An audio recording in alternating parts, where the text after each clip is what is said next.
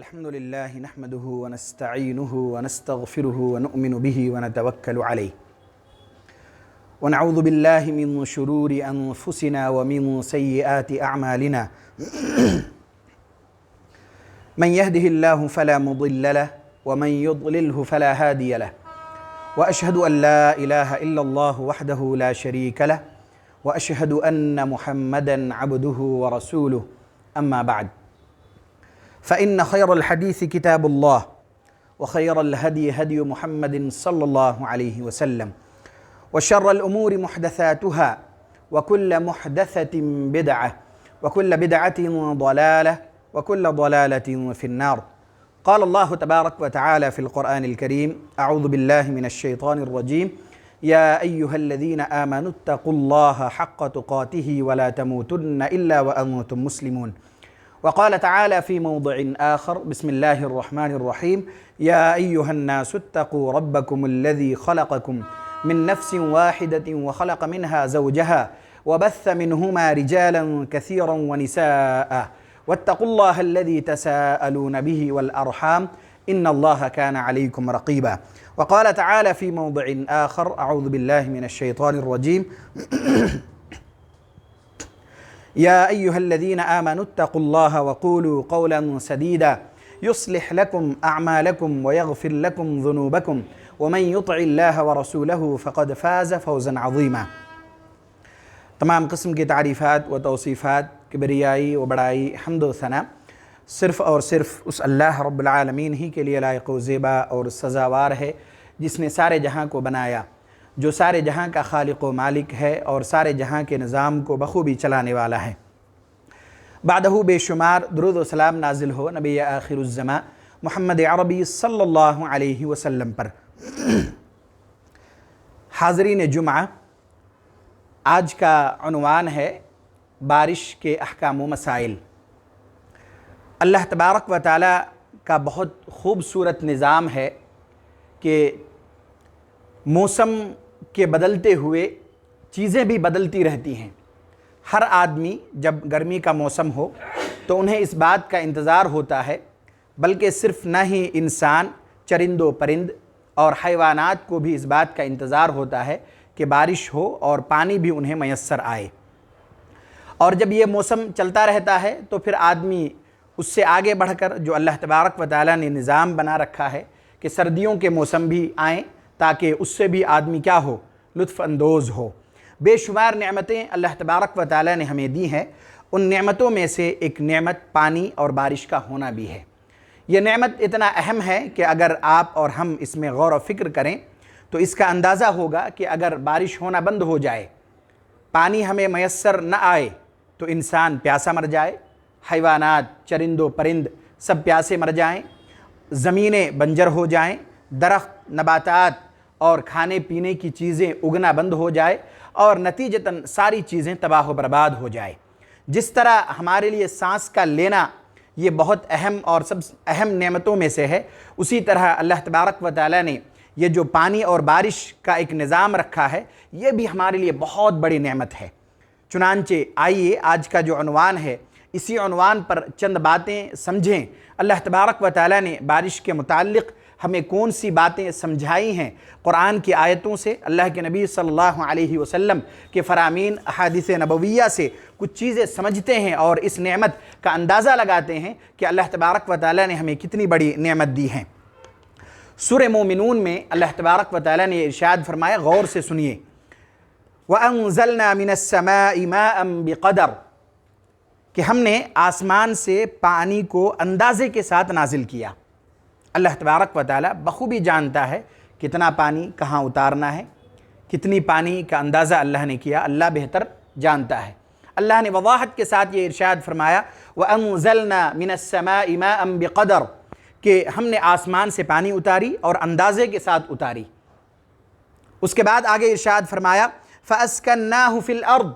اور ہم نے اس پانی کو زمین میں روکا بھی، ٹھہرایا بھی، کہیں گڑھوں میں، گڑھوں کی شکل میں، کہیں ندی اور سمندر کی شکل میں، نالوں کی شکل میں۔ اللہ تبارک و تعالیٰ نے یہ ارشاد فرمایا کہ ہم نے پانی کو زمین میں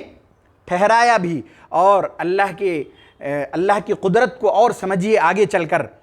کہ پانی کو اللہ نے نہ صرف کہ اوپری سطح پر ٹھہرایا بلکہ زمین کے نچلی سطح پر بھی ہمارے لیے ٹھہرایا۔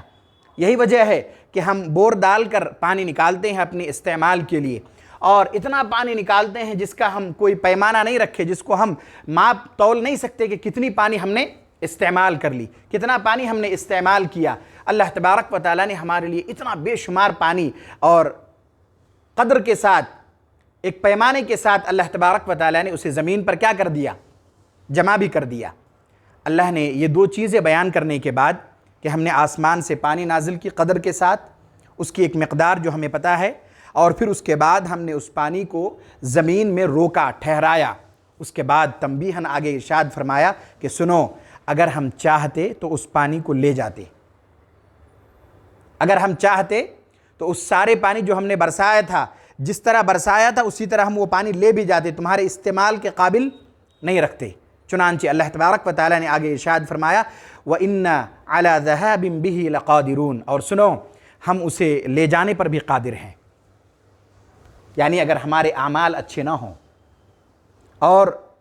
عقائد ہمارے درست نہ ہوں، ہماری عبادتیں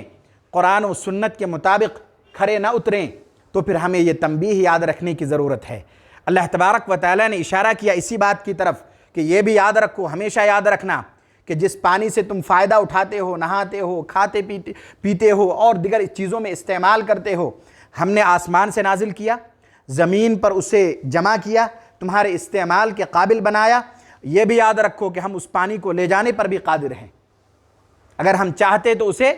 ہم اسی طرح لے جاتے جس طرح ہم نے نازل کی تھی۔ آگے ارشاد فرمایا فَأَنشَأْنَا لَكُمْ بِهِ جَنَّاتٍ مِّن نَخِيلٍ وَأَعْنَابٍ، اور ہم نے تمہارے لیے اسی پانی کے ذریعے سے کھجور اور انگور کے باغات ہم نے نکالے، اور بے شمار کھانے پینے کی چیزیں، بے شمار پھلوں کے باغات ہم نے تمہارے لیے نکالے۔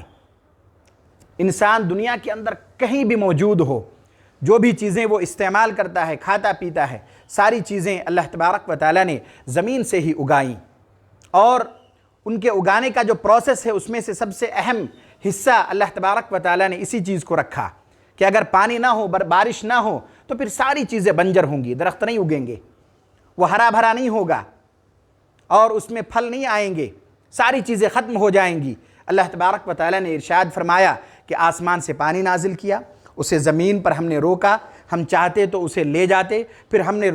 لے کے نہیں گیا بلکہ ہم نے تمہارے لیے اسی پانی سے کھجور انگور اور دیگر چیزوں کے باغات ہم نے اگائے، نکال کر دیے۔ پھر آگے ارشاد فرمایا لَكُمْ فِيهَا فَوَاكِهُ كَثِيرَةٌ وَمِنْهَا تَأْكُلُونَ، اور ان میں سے بہت سارے میوے جات ہیں، الگ الگ فروٹس ہیں۔ آج بھی ہم دیکھیں کئی دفعہ ایسی چیزیں دیکھنے کو ملتی ہیں کہ عمریں گزر جانے کے بعد پہلی دفعہ ہماری نظر پڑتی ہیں کہ یہ بھی چیزیں ہیں، کھانے پینے کی چیزیں بے شمار اللہ تبارک و تعالیٰ نے اگائی ہیں، اور یہ ارشاد فرمایا جس میں سے تم کھاتے پیتے بھی ہو۔ تو ہمیں ضرورت اس بات کی ہے کہ جب اتنی بڑی نعمت اللہ تبارک و تعالیٰ کی جانب سے پانی اور بارش کی شکل میں اللہ نے ہمیں دی ہیں، تو ہمیں بھی شکر بجا لانے کی ضرورت ہے۔ ہر آدمی جب بارش نہ ہو تو بارش کا منتظر ہوتا ہے، بارش نہیں ہوگی، پانی نہیں ہوگا، استعمال کے لیے پانی موجود نہیں ہوگا، لوگ مشقتوں میں پڑ جائیں گے۔ آج ملک اور دنیا کے الگ الگ جگہوں پر آپ دیکھیں، آپ اسی شہر میں دیکھ لیں، پانی نکالنے کے لیے آپ کو ہزاروں فیٹ اندر گہرا آپ کو وہ کرنا پڑتا ہے، بور ڈالنا پڑتا ہے، تب جا کر کہیں پانی نکل آئے۔ کہیں پر ہزاروں میں کچھ نہیں ہوتا، اس سے بھی زیادہ ڈالنا پڑتا ہے، کہیں پر کچھ دنوں تک نکلا اس کے بعد بند ہو جاتا ہے۔ کچھ جگہ ایسے بھی ہیں جہاں 20 فٹ پر پانی نکل آتا ہے۔ یہ اللہ تبارک و تعالیٰ کی کرامات، اللہ کی قدرت کاملہ میں سے ہے۔ اگر پانی نہ ہو، بارش نہ ہو، تو پھر ساری چیزیں پانی ختم ہو جائے، پھر چاہے ہم لاکھوں فٹ بھی اندر ڈال لیں، پانی نہیں نکلے گا، نتیجتاً ہمیں پتہ ہے کیا ہوگا۔ اس لیے اللہ تبارک و تعالیٰ نے اس بات کی طرف بھی رہنمائی کی کہ ساری چیزیں منتظر ہوتی ہیں اس بات کی، یہاں تک کہ بنجر زمین بھی جیسے بارش ہوتی ہے وہ ہرا بھرا ہو اٹھتا ہے۔ جو زمینیں سوکھی پڑ جاتی ہے اس میں درخت اور کوئی چیزیں نباتات نہیں ہوتے، بارش کے پانی پڑتے ہی وہ ہرا بھرا ہو کر اٹھتا ہے۔ چنانچہ اللہ تبارک و تعالیٰ نے سورہ حج میں یہ ارشاد فرمایا الم تر ان اللہ انزل من السماء ماء، کیا تم نے نہیں دیکھا کہ اللہ نے آسمان سے پانی نازل کی؟ کیا ہم اس میں غور و فکر نہیں کرتے کہ اللہ کے علاوہ کوئی اور یہ کام نہیں کر سکتا؟ کسی کے اندر یہ طاقت نہیں ہے کہ بارش کو برسائے، پانی کو نازل کر دے، یہ صرف اور صرف اللہ تبارک و تعالیٰ کی قدرت کاملہ ہے۔ الم تر ان اللہ انزل من السماء ماء، کہ کیا تم نے نہیں دیکھا، غور و فکر نہیں کیا کہ اللہ نے آسمان سے پانی نازل کی؟ فتصبح الارض مخضرہ، پھر زمینیں بالکل سبز شاداب ہو گئیں۔ منتظر تھی زمینیں بھی کہ اس میں پانی پڑے تو وہ کیا ہو جائے، ہرا بھرا ہو جائے۔ ہر آدمی اس کا منتظر ہوتا ہے۔ آپ کبھی غور و فکر کیجئے کہ اگر 1 سال پانی نہ ہو، بالکل بھی بارش نہ ہو، کیا حالت ہوگی؟ گرمی کی شدت سے ہم تڑپ اٹھیں گے، پانی کی کمی ہو جائے گی، استعمال کے لیے مشقتوں کا سامنا کرنا پڑے گا۔ فتصبح الارض مخضرہ،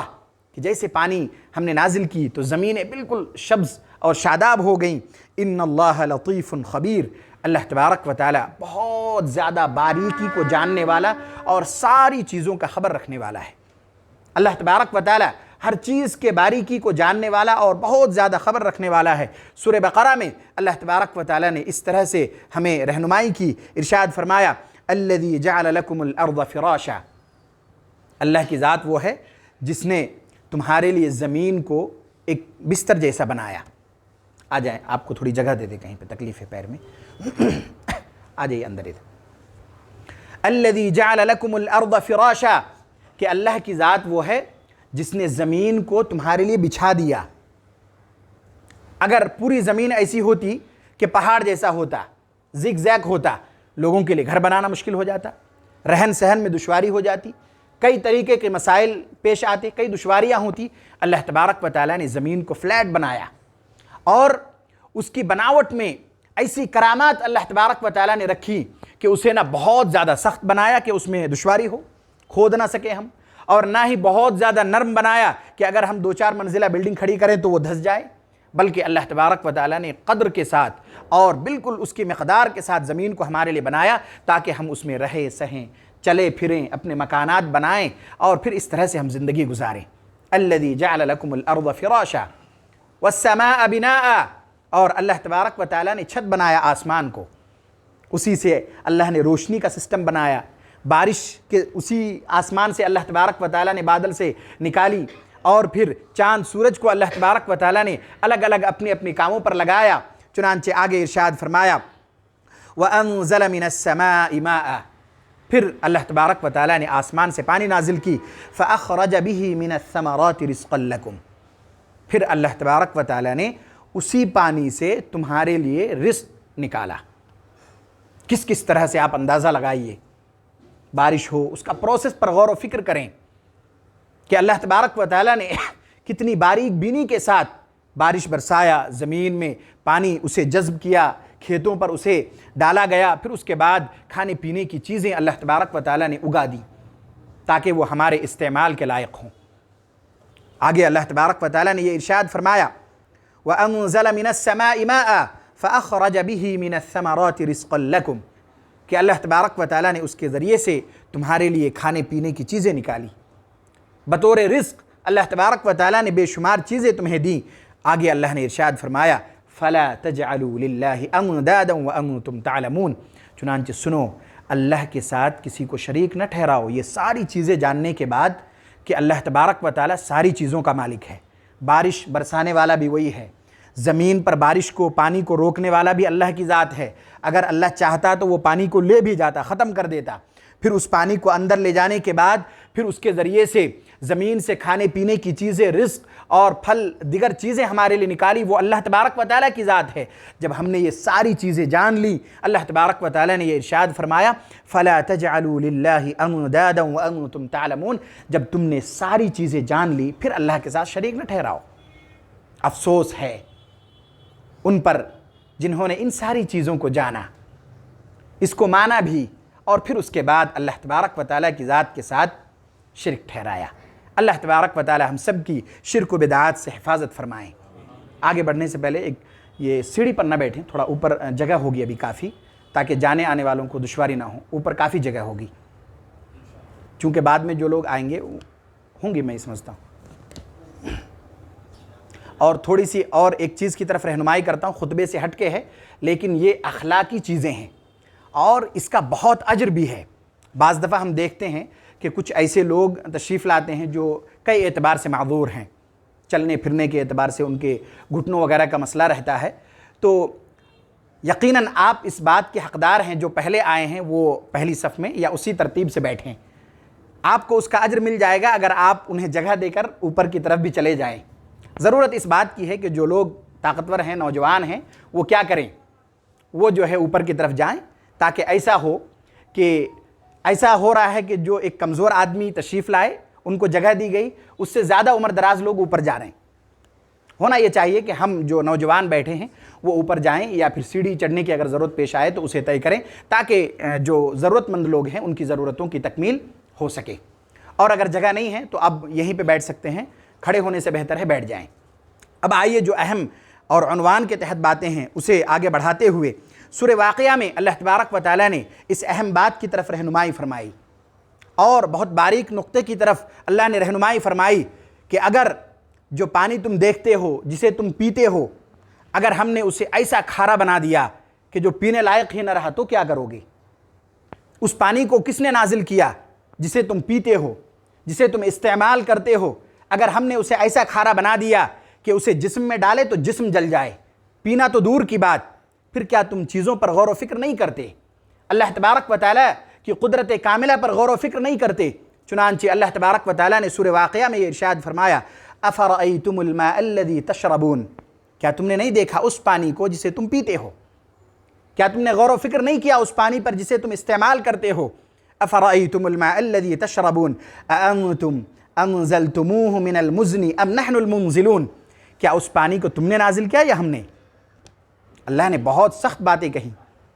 کہ جس پانی کو تم استعمال کرتے ہو، جو اپنے زندگی اور اپنی سانس اور اپنی زندگی کو گزارنے کے لیے جس پانی کا استعمال تم کرتے ہو، اس پانی کو تم نے نازل کیا یا ہم نے نازل کی ہے؟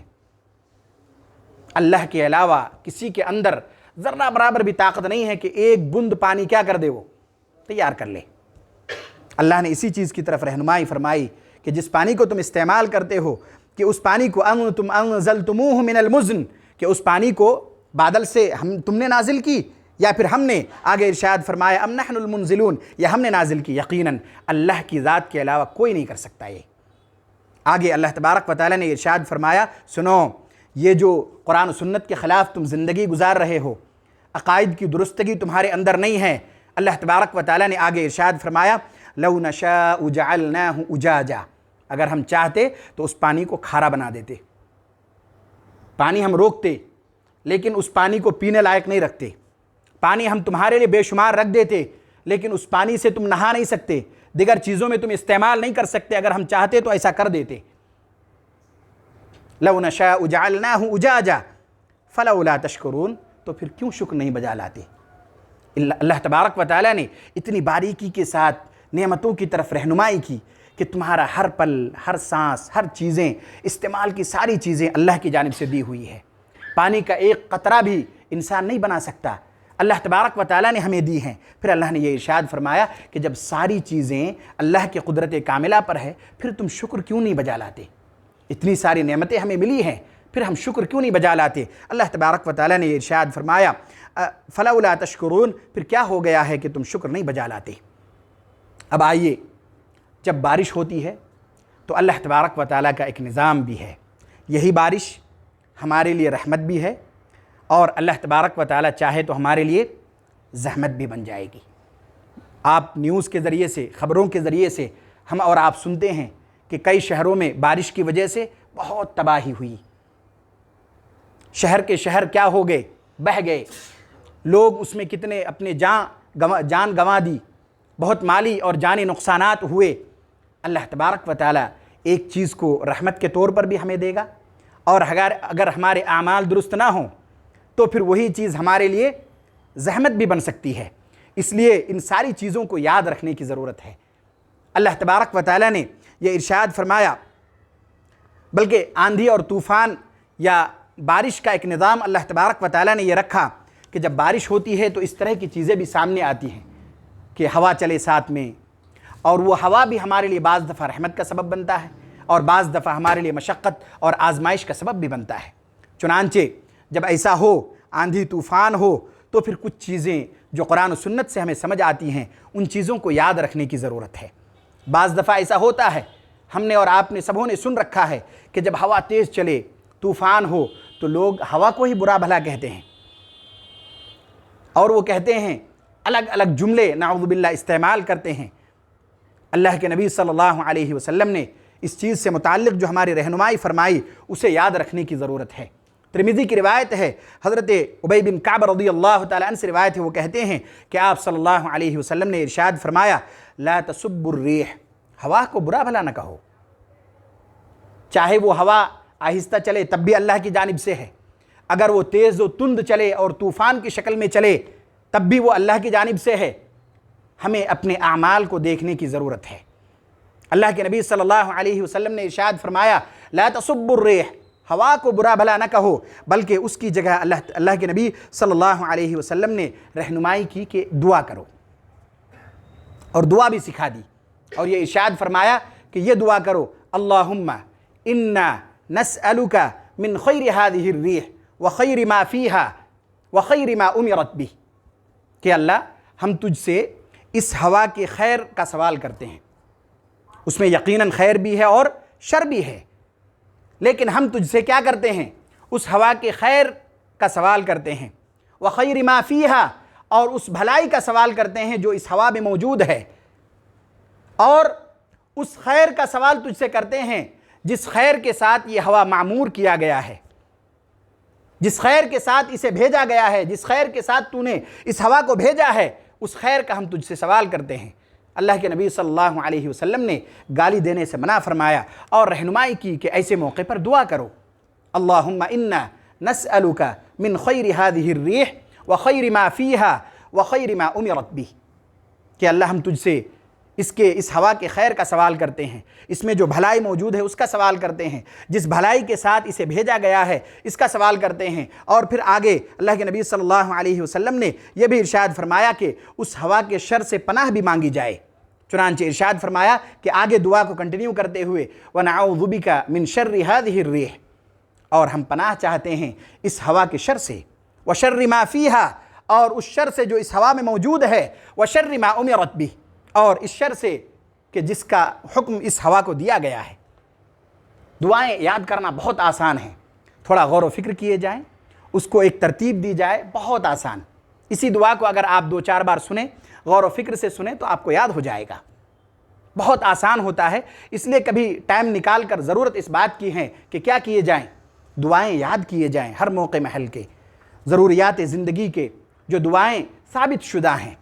جو دعائیں اللہ کے نبی صلی اللہ علیہ وسلم کے فرامین سے ہمیں پتہ چلتے ہیں، ان دعاؤں کا اہتمام کرنے چاہیے۔ طوفان کو برا بھلا کہنے سے اللہ کے نبی صلی اللہ علیہ وسلم نے منع فرمایا، اور پھر اس دعا کی طرف رہنمائی کی کہ یہ دعا کیا کرو۔ جب کبھی ہوا چلتی اور طوفان ہوتا تو اللہ کے نبی صلی اللہ علیہ وسلم کے بارے میں آیا کہ آپ کبھی کمرے کے اندر جاتے، کبھی آپ باہر آتے، گویا کہ آپ کے اندر تھوڑی سی خوف ہوتی، آپ بار بار اندر باہر جاتے۔ حضرت عائشہ صدیقہ رضی اللہ تعالیٰ عنہ کہتی ہیں کہ میں نے پوچھا کہ اللہ کے نبی صلی اللہ علیہ وسلم آپ یوں اندر باہر کیوں کرتے ہیں؟ آپ صلی اللہ علیہ وسلم نے جو بات ارشاد فرمائی وہ یاد رکھنے کی ہے۔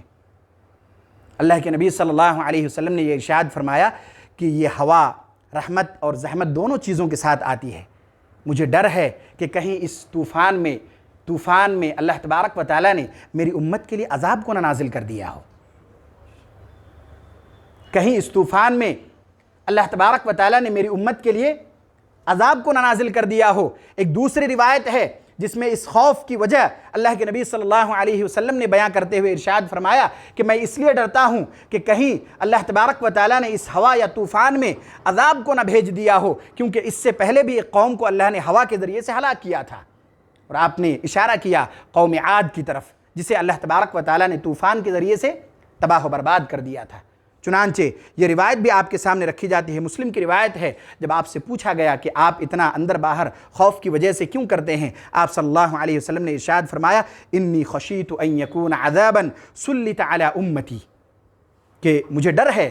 مجھے یہ بات ستاتی ہے کہ کہیں اسی ہوا کے ذریعے سے اللہ تبارک و تعالیٰ نے عذاب کو میری امت پر مسلط نہ کر دے، اس لیے میں ڈرتا رہتا ہوں۔ پھر آگے ارشاد فرمایا وَيَقُول، اور اِذَا رَأَى الْمَطَرَ رَحْمَةً، اور جب آپ بارش ہوتے ہوئے دیکھتے، یعنی بارش سے پہلے ہوا چلی، خوب طوفان چلا، تو آپ اندر باہر کرتے، جب آپ دیکھتے کہ بارش برسنے لگی تو اللہ کے نبی صلی اللہ علیہ وسلم یہ ارشاد فرماتے یہ اللہ کی رحمت ہے۔ اس کے بعد ایک دوسری روایت ہے جس سے پتہ چلتا ہے کہ جب حضرت عائشہ صدیقہ رضی اللہ تعالیٰ عنہا نے سوال کیا، یہ پوچھا کہ آپ کیوں اندر باہر کرتے ہیں، آپ نے جواب میں ارشاد فرمایا ما یؤمننی ان یکون فیہ عذاب قد عذب قوم بالریح، مجھے ڈر ہے اس بات پر کہ کہیں اس آندھی کے ذریعے سے اللہ تبارک و تعالیٰ میری امت کو کیا نہ کر دے، عذاب میں مبتلا نہ کر دے، کیونکہ اس سے پہلے بھی ایک قوم کو اللہ تبارک و تعالیٰ نے ہوا کے ذریعے سے کیا کر دیا، تباہ کر دیا۔ ایک دوسری دعا بھی ہے جو آندھی کے چلنے کے وقت اللہ کے نبی صلی اللہ علیہ وسلم نے رہنمائی کی کہ یہ دعا بھی پڑھنے چاہیے، اور جو دعا آپ کے سامنے پڑھی گئی اسی دعا سے بالکل ملتا جلتا ہے۔ وہاں ایک لفظ استعمال ہوا ما امرت بھی، اور یہاں پر استعمال ہوا ما ارسلت بھی، دونوں کا ترجمہ تقریباً سیم ہے۔ امرت کا معنی ہے جس کا حکم اسے معمور کیا گیا، اور ارسلت کا معنی ہے جس چیز کے ذریعے سے اسے بھیجا گیا، جو کام کرنے کے لیے اس ہوا کو بھیجا گیا۔ دونوں میں سے چاہیے کہ دونوں دعا ہمیں یاد ہو جائے، اگر دونوں نہ بھی ہو تو آدمی کیا کر لے، کم سے کم ایک دعا یاد کر لے کہ جب ضرورت پیش آئے تو ان دعاؤں کا اہتمام کیا جائے کہ ہوا کو برا بھلا کہا جائے۔ اللہ کے نبی صلی اللہ علیہ وسلم نے ارشاد فرمایا، مسلم کی روایت ہے اللہم انی اسألک خیرہا وخیر ما فیہا وخیر ما ارسلت بھی، کہ یہ دعا کرنی چاہیے کہ اللہ ہم تجھ سے اس خیر کا سوال کرتے ہیں جو خیر اس ہوا میں ہے، اور اس خیر کا سوال کرتے ہیں جس خیر کے ساتھ اس ہوا کو بھیجا گیا ہے، وَأَعُوذُ بِكَ مِن شَرِّهَا وَشَرِّ مَا فِيهَا وَشَرِّ مَا أُرْسِلَتْ بِهِ، اور اس شر سے ہم پناہ چاہتے ہیں